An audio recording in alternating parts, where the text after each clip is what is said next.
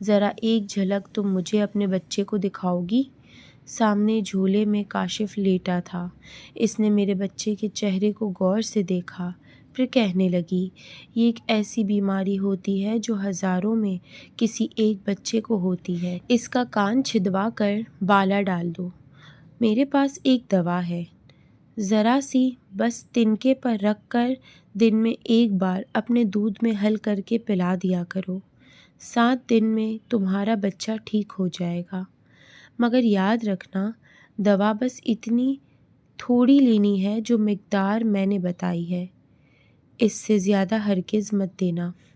میں 7ویں روز آؤں گی، تمہارا بچہ بھلا چنگا ہو جائے گا۔ میں ٹوٹے دل کی ممتا ماری اس ملنگی کے آسرا دینے سے خوش ہو گئی اور اس سے دوا کی پڑیکی لے لی، جس میں کوئی سفوف تھا اور اس سے کچھ رقم بھی تھی۔ کہا کہ اگر بچہ تندرست ہو گیا تو انعام بھی دوں گی۔ میں سمجھی کہ میرے گھر اس وقت فقیرنی نہیں، کوئی رحمت کا فرشتہ آ گیا ہے۔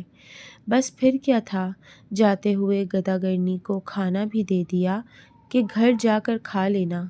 کاشف کو جب دورہ پڑتا وہ نڈھال ہو جاتا تھا۔ دورے کے بعد وہ غنودگی میں چلا جاتا اور کئی گھنٹے تک سوتا رہتا۔ دورے سے اس قدر لاغر ہو جاتا جیسے کسی نے اس کے بدن کی ساری قوت چھین لی ہو۔ میں نے ملنگی کی دی ہوئی پڑیا دراز میں رکھ دی کہ جب بچہ جاگ جائے گا تو دوا دے دوں گی، مگر کاشف کے اٹھنے سے پہلے ہی میرے میاں آ گئے اور پیار کرنے کو بیٹے کے پالنے کی طرف بڑھے۔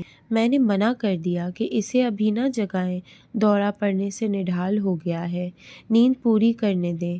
پھر میں نے خوشی خوشی ان کو آج کی بات بتائی کہ ایک فقیرنی آئی تھی، ایک پڑیا دے گئی ہے، کہتی تھی اس کو تنکے پر رکھ کر ذرا سی کھلا کر اپنا دودھ پلا دینا، یہ ٹھیک ہو جائے گا۔ وہ بولے، تم نے دوا کھلائی تو نہیں؟ نہیں، ابھی تک نہیں کھلائی۔ وہ کہنے لگے، ایسی جعلی ملنگیاں بہت پھرتی ہیں، تم عورتوں کو بے وقوف بنانے کو۔ ادھر لاؤ وہ پڑیا، میں دیکھوں تو۔ میں نے ان کو پوری کی دراز سے نکال کر دی۔ انہوں نے اسے کھول کر دیکھا تو ہنسنے لگے اور بولے، یہ تو راکھ ہے چولہے کی۔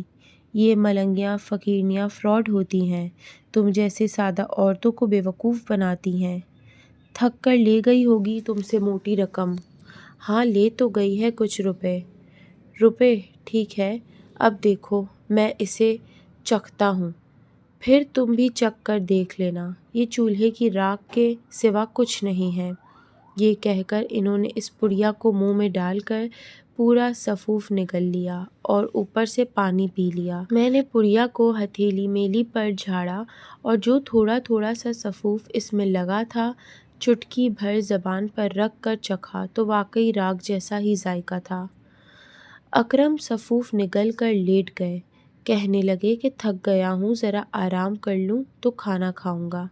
چند منٹ لیٹے رہے، پھر غنودگی میں چلے گئے۔ میں سمجھی دفتر سے تھک کر آئے ہیں، نیند آ گئی ہوگی۔ کاشف اٹھ گیا تھا۔ میں نے اس کو دودھ پلا کر ساس کو تھما دیا اور کھانا گرم کرنے لگی۔ کھانا لگایا اور میاں جی کے پاس گئی، انہیں آواز دی کہ اکرم اٹھ جان، کھانا کھائیں۔ 2 گھنٹے سے سو رہے ہیں، اب تو مغرب ہونے لگی ہے، مگر وہ نہ اٹھے تو مجھے عجیب سا لگا۔ میں نے ان کو ہلایا جلایا تو جسم بے جان اور روح پرواز کر گئی تھی۔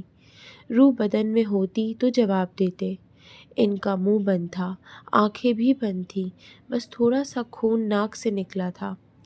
جسم تو برف کی سل کی طرح ٹھنڈا پڑ چکا تھا اور ہونٹ نیلے پڑے جا رہے تھے۔ یا اللہ، کیا ماجرا ہے؟ میں کلیجہ تھام کر رہ گئی۔ ساس کو آواز دی، اتنے میں سسر صاحب بھی دکان سے آ گئے۔ انہوں نے بیٹے کی نبض دیکھی، آنکھوں کے پھپھوٹ پلٹ کر دیکھے اور بولے، انا اللہ و انا الیہ راجعون۔ سسر کی زبانی یہ کلمات سن کر میں نے بین شروع کر دیے اور کلائیوں کی چوڑیاں ان کے پلنگ کی پٹی سے توڑ ڈالی، اپنی کلائیاں خون کر ڈالیں۔ ساس نے اپنے لگتے جگر کو بے جان پڑا دیکھا تو دل تھام کر بے ہوش ہو گئیں۔ وہ فقیرنی نہ تھی، شاید اجل کا فرشتہ تھی۔